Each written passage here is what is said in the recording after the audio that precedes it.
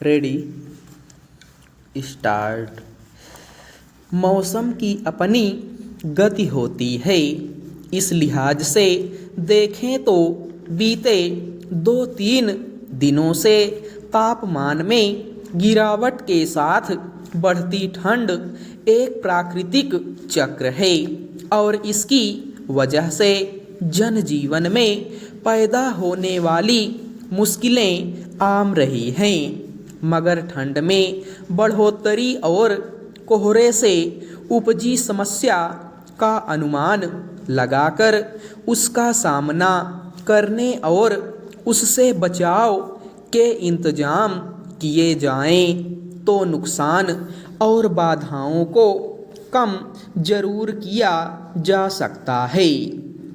यूं इस वर्ष ठंड की शुरुआत हुए करीब एक पखवाड़ा गुजर चुका है और इस बीच वायुमंडल के घनीभूत होने की वजह से प्रदूषण एक अलग समस्या बन रही है। मगर पिछले 2-3 दिनों में बढ़ती ठंड और कोहरे के चलते कई स्तर पर बाधाएं खड़ी हो रही हैं। बुधवार को कोहरा बढ़ने के साथ ही समूचे उत्तर भारत से सफ़र में मुश्किल से लेकर सड़क हादसों की जैसी खबरें आईं।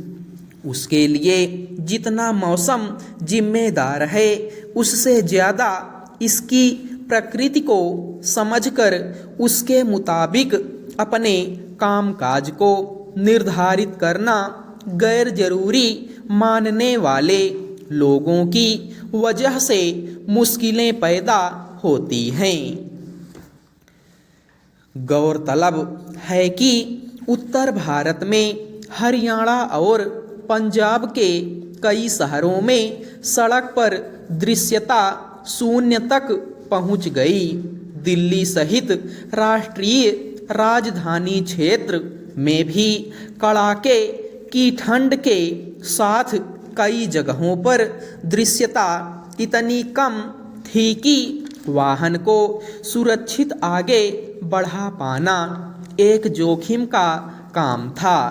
कई रेलगाड़ियां निर्धारित समय से काफ़ी विलंब से चलीं और विमानों की उड़ान पर भी इसका विपरीत असर पड़ा।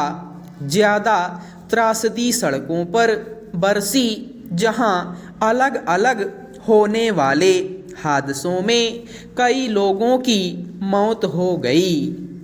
कोहरा और बेहद कम दृश्यता की वजह से सड़कों पर वाहनों के टकराने से उत्तर प्रदेश में 8 और राजस्थान में 3 लोगों की मौत के अलावा दिल्ली के सकूर बस्ती में धुंध से उपजे भ्रम का शिकार होकर एक ट्रेन से पिता पुत्र की नाहक ही जान चली गई। हालांकि दिल्ली में मौसम और कोहरे के मद्देनज़र लाल चेतावनी जारी की गई थी, लेकिन आबो हवा में जैसा कोहरा छा गया उसमें आम जनजीवन और गतिविधियों पर काफ़ी असर पड़ा। जैसी मुश्किल खड़ी हुई उसमें मौसम की मार की वजह साफ है, मगर यह समझना मुश्किल है कि इससे उपजने वाली स्थितियों के मुताबिक आम गतिविधियों में थोड़ी सावधानी क्यों नहीं बढ़ाई जा सकती। सवाल है कि अगर कोहरे की वजह से सड़कों पर दृश्यता बेहद न्यून हो जाती है तब वाहनों की रफ्तार और चलाने के तौर तरीके को नियंत्रित करने को लेकर सजग क्यों नहीं हुआ जा सकता।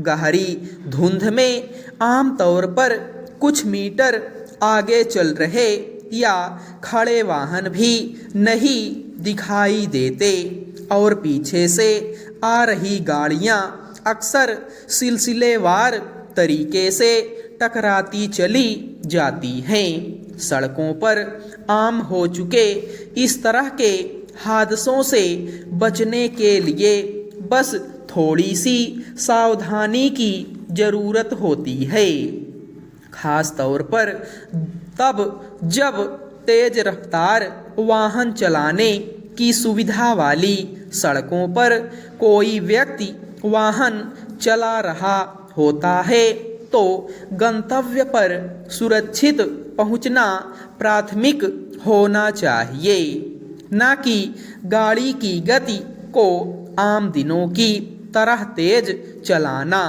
कोहरे की वजह से ट्रेनों की लेट लतीफ़ी हर वर्ष की एक गंभीर समस्या रही है, मगर अब तक ट्रेनों को कोहरा रोधी या फिर कोहरे में आगे के सिग्नल की स्थिति की सटीक जानकारी देने वाले यंत्रों के जरिए रेल यात्रा को सहज बनाने की बातें घोषणाओं तक सीमित रही हैं।